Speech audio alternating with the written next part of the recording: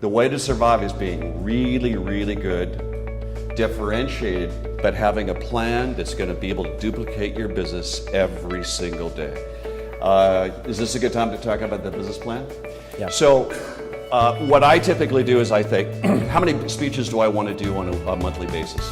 And for me, back in the old days, it was 8. Now it's 4, and I look at how much do I want to make in a speech, product sales, speaking fee, 8 speeches, for example. There's 4 stages of getting a speech. Number 1, basically is doing the presentation, making the sale, in other words. Number 2 is doing a closing presentation, presenting what you do to somebody in which you expect to get an answer. Number 3 is doing an opening fact finder or pro. What do they want? What's the most important thing to them? Who am I competing against? What's their budget? And number 4 is doing what I call a revenue producing contact, an RPC, originating business. These are the people you talk to for the purpose of getting new business. So what I did in the very early on, mainly because of my quantitative background, I've got an MBA also, is I just try to figure out if I want 8 speeches, that means I have to do probably 16 or 20 presentations. I've got to do maybe 40 fact finders, and I maybe have to talk to 160 people to get 40 fact finders, 20 presentations to get 8 speeches. And I live and die by that. If you call me Monday morning, I'm probably on the telephone talking to 4 people. If you call me on Wednesday morning, I'm going to probably say, I can't talk to you right now because I'm talking to 4 people. When I'm done at 11 o'clock, then we can have a conversation. And I do that religiously, clockwork, every single day, which is one of the reasons why I wrote that book, Willpower, The Secret of Self-Discipline. So it sounds like a little bit of a sales funnel going on. A lot of sales going on. How many people here have a sales funnel that you feel that you're confident about? Yeah. I mean, a strong sales funnel where you're doing these kind of metrics. Does that make sense? I mean, that's so. How about let's go after you get these numbers and you're starting to actually start to have these conversations. You get on the phone with somebody and you have this opening conversation. How does that go? What do you do? How do we get in? So we have 2 ways of talking to people. Number 1 is we get a sticker or we get a follow-up. A sticker has 3 qualifications. Number 1, do they use speakers? Do they have a date? Do they pay speakers? Do they use speakers? Do they have a date? Do they pay speakers? And that's called a sticker. Now, when I have a sticker on the board, I know that approximately for me, about 1 every 5 people that we put a sticker on that has that is going to use me as a speaker. So we do this metrics also. The second thing I do is well, I wish you would have called us last week because we just booked our speaker. That goes into a follow-up. And on that follow-up, we call people every 3 months. And our script is called the 3-month call script. Catch up, update, referral. Catch up, update, referral. Catch up on the family, catch up on the last conversation. Number 2, update. We have this new book coming out called Willpower, The Secret of Self-Discipline. It's really interesting. It goes into 3 secrets of mindset, new results, new mindset. It goes into 3 things. Inward, outward mindset, the growth fixed mindset, and also the results focused mindset. I'd love to send you a copy. Can I get that to you? Yeah. When should we follow up regarding that program? How about you give me a call on January 10th? Oh, great. Can I call you at 9:40 on January 10th? Calendar, it sends a message out to them, and that's clockwork too. That's great. I love that you ask if they pay speakers. How intuitive. I mean, shocking, I know. So many people, I'm sure, don't do that. You know, they're trying to find out the details, but they're not just getting these basic things they need to know up front. We talked a little bit before about the process of getting referrals, and I know this is where you really shine. Tell us a little. So once you get now, do you ask for the referral before or after? Or how does this all work? Tell us about the referral process. That's a really good point. So referrals is it. Referrals are 35% more likely to do business with you. They're going to give you 25% more money. They're a lot of fun. There's never any rejection. Your closing ratio is through the roof. And the idea about referrals is they're so available. I mean, if you really want to build your practice, you're going to get referrals and you're going to become an expert master at getting referrals. So here's what we do. And there's 5 steps of getting referrals. Number 1, on those 3-month phone calls, let people know why the referral is so critical. I love working with people like you. Who do you know who could benefit from the kind of things that I've done before? You know, one of my marketing people gave me a lady who ran the heating ventilation group up in Canada.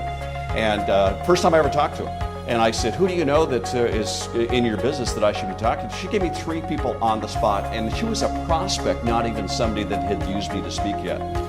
But the thing that we do most importantly is when I get a referral, I do one thing. How well do you know him? Can you tell me something special about him? I call this personal touch. How well do you know him? Can you tell me something special about him? Todd, where's Todd? Are you sitting here, Todd? Todd's such a good buddy. Todd, you came from, did you tell me New Mexico or something like that? Yeah. If I'm going to get a referral from Dwight, I'm going to say, hey Todd, this is Kerry Johnson. By the way, I just heard that you moved from New Mexico. I love that area. Have you ever been to Santa Fe? He's never going to blow me up the telephone. I've now become a friend of a friend. Number 3, before I do a speech, every single time when I'm doing a fact finder, I'm always going to say to this meeting planner, my business is really built on introductions and family, and I haven't made a cold call in probably 40 years. Everything I do is referral-based, word of mouth. This is called the comfort response. What would I have to do through the presentation that would make you feel comfortable enough to introduce me to some of your regions, colleagues, et cetera, that might use speakers? Let me say that one more time. What would I have to do through the presentation that would make you feel comfortable enough to introduce me to your colleagues, regions, et cetera, et cetera, et cetera? Number 4, always listen for referrals. If you really don't want to ask for referrals, you don't have to. And the best way to get referrals is just listen to people name drop. You know, we've got this region over there, we got this guy over here, this person over there. Great. What's that person's name? Dwight Holcomb. He's such a nice guy. How much you know about him? Anything special about him? Yeah, let me tell you about this at the end of the conversation. Would you mind if I talk to Dwight? Number 5, never use the word referrals ever again. Always use the word introductions. I had a carpet cleaner that walked up to me after I got home from work, and my wife said, guy needs to be paid. And he said, look, I got the stains off the stairway, and this stain over here is great. And I said, yeah, you did a really super job. Thanks so much. He said, how about some referrals to your neighbors? And I thought, the carpet cleaner is asking for referrals. The rest of it better amp up our game. We'd better call them introductions. Physicians call them introductions, lawyers, estate planners. Why not call them introductions? People don't have a block against it, actually. They might have a block against referrals. Yeah, I love that, because when I think about asking, if somebody asks me for a referral, I feel like there's this onus upon me to make sure that I'm passing on a good service, or a person who's worthy of sending that referral. But if they say, hey, can you introduce me? If it goes wrong, it's like, I just introduced you, man. Wasn't referring the guy. I love that. I think it's a great, and I want to drill in a little bit further too, that, you're doing this in the beginning, before you've ever gotten the business, which I think is great, because it sounds like you're really setting that expectation of them, and you're also kind of assuming the sale right at that beginning to ask for that. What would it take for you to feel comfortable in being able to make introductions? Yeah, but Dwight, they've booked me though. So I'm not saying that on the probing phase. I'm saying that when they say, well, we'd love to use you, and great, let's talk about the meeting, how about next Tuesday? And at that conversation, I'm doing the comfort response. Yeah, but it's before you ever get there. Oh, yeah. So that you've got this checklist of items that they've told you what they feel comfortable about to make that introduction. Yeah. So then afterwards, you're able to then approach them, and how does that go? When you approach, you mean for? Yeah, so you've asked them for that comfort. What would I need to do to make you feel comfortable for the introduction? And then they give you this checklist of items, and then you perform and meet those, and now you're going to take that next step of, actually saying that you've fulfilled those checklist items. Oh, got it. Yeah. So there's another technique I always use when I book a program, and this is actually during the presentation stage. It's called the less assumed technique. The less assumed technique is finding out what 3 things they want most, and then presenting only those 3 things. So I do a lot of stuff. I'm the author of 9 books. My 10th book just got sold to a publisher last week. It's a medical book. I'm writing with a medical doctor. I speak on management, called How to Hire, Retain Great People, Motivational Trust Connection, Mastery on Our Business Relationships, Peak Performance, How to Increase Your Business by 80% within 8 weeks. If I said that to you, if I presented it to you, you would say, oh, way too much information, no caveman thing. I love that when you said that. So I'm going to find out the 3 things they want most. So here's the question. Use exactly these words. Let's assume the presentation is over. What happened to let you know that, number 1, the group loved it, and number 2, you and I had a great relationship? what happened? Let's assume the presentation is over. What happened to let you know the group loved it? And number two, we had a great relationship between you and I. And they'll say, well, if it's a sales program, well, if they increase their closing ratio, that'd be pretty cool. And if they had better time management, I'd love that. And if they were able to get referrals, boy, that'd be pretty neat. Now, the funny thing is, if you ask that question, you'll never get more than 3, because people only think in terms of 3. It's called a focal screen. So if I gave you 10 numbers immediately, and I said, repeat the numbers back to me without writing it down, you're only going to get 3. Do you know why prefixes are 3 digits? Do you know why area codes are 3? Because the 3 plus or minus 2 rule basically says I can only retain 3 plus or minus 2 in my head. So if I ask for 3 things, or if I ask let's assume, they're only going to give you back 3 things, and that's it. So when I do that, I say, so let me get this straight. You want to have them increase their closing ratios. You want to have them improve their time management, and you like them to network more effectively. Did I get that right? Yeah. So I'll definitely do that, and here's my presentation. Yeah, we'd love to use you. Right, what would I have to do through that presentation and afterwards to make you feel comfortable enough to introduce me to some other people who might be able to benefit? Oh, we got lots of people for you. I've never had one person ever that said, no, we don't do that. We don't introduce people. No, sorry. Just taking notes. Are you hearing why this is important for us to get this kind of, you see the value in this? This is amazing. I mean, these are simple things that you think, they just seem so intuitive, but how many people are asking for referrals in a meaningful way? Show of hands. A couple. I don't do it. I'm not like this, and that's amazing. So you spoke, we talked a little bit about the elevator pitch, and I know you've got a pretty good system for putting that together. Can you tell us a little bit about that?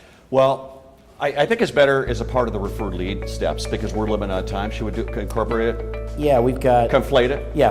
Okay. How much time will you have? We've got a couple of minutes, and then we'll go into questions for about 10 minutes. Okay, so this is good. We're doing that. Yeah. So once you get a referral, and I probably get 5 or 6 referrals every single day, there's a 5-step process. Number 1 is introduce yourself, what you do, name your company, referral source, engage. Number 2, elevator speech. Number 3, benefit takeaway, a story. Number 4, benefit takeaway. And number 5 is called the 5-step bridge. Number 1, introduce yourself, name your company, who you are, referral source. Hi, my name is Kerry Johnson, Mark. I'm a best-selling author speaker. We have a mutual friend named Dwight Holcomb. You know Dwight, don't you? He tells me that you just moved from New Mexico, personal touch thing I just talked about. Oh, yeah. Has Dwight mentioned my name to you at all? Usually it's no.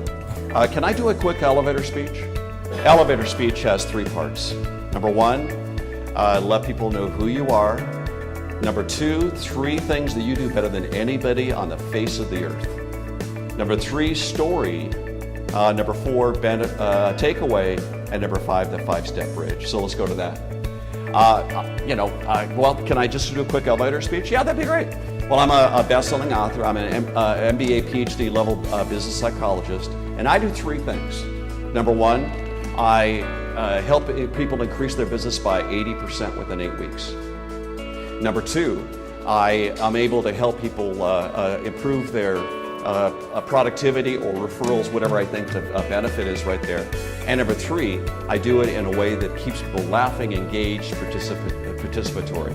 In fact, story. I spoke to 26,000 RE/MAX agents a couple of years ago, and the meeting planner walked up to me and she said, we had Stuart Varney right before you, and he stood behind a podium. And I've never seen a speaker able to engage by walking in an audience of 26,000 people and getting that much participation from the audience, and it was just brilliant. And when I get responses like that, I love it. Takeaway, not really sure it's going to help you at all, but I'd love to find out more about your meeting. 5-step bridge. This is where you probe. Number 1, do an introductory sentence. Tell me about your meeting. Number 2, get 3 needs. Limmer research has shown, Life Insurance Marketing Research Organization, that if I could get 1 need from somebody, there's a 36% chance of getting business. If I could get 2 needs, it goes up to 56. If I could get 3 needs from a meeting planner, that chance of booking me as a speaker goes up to 96%. I'm going to get need. We don't really know what we want yet. Great, no problem. How about your speakers last year? Which ones were really good? This guy did this and this guy did this. So what you're saying is recap. Recap is a psychotherapy technique that is really effective. Recap is, so if I heard you right, you said blank, blank, blank. Is that what you said? Trial close. So if we could blank, blank, blank, would that be a benefit to you? And it's always based on 3 things. Wow. I mean, that's a lot. That's a lot of great information. And the thing I think I heard there that I would like the most too is that you are prepping the person you're asking by the saying of you get what you ask for. You're saying right away, instead of just launching into this, you're just asking them, can I share my elevator pitch or my elevator speech? And your choice of words on that to me is great. And the fact that you're asking, getting their permission, I think that's wonderful. Well, most people know what an elevator speech is.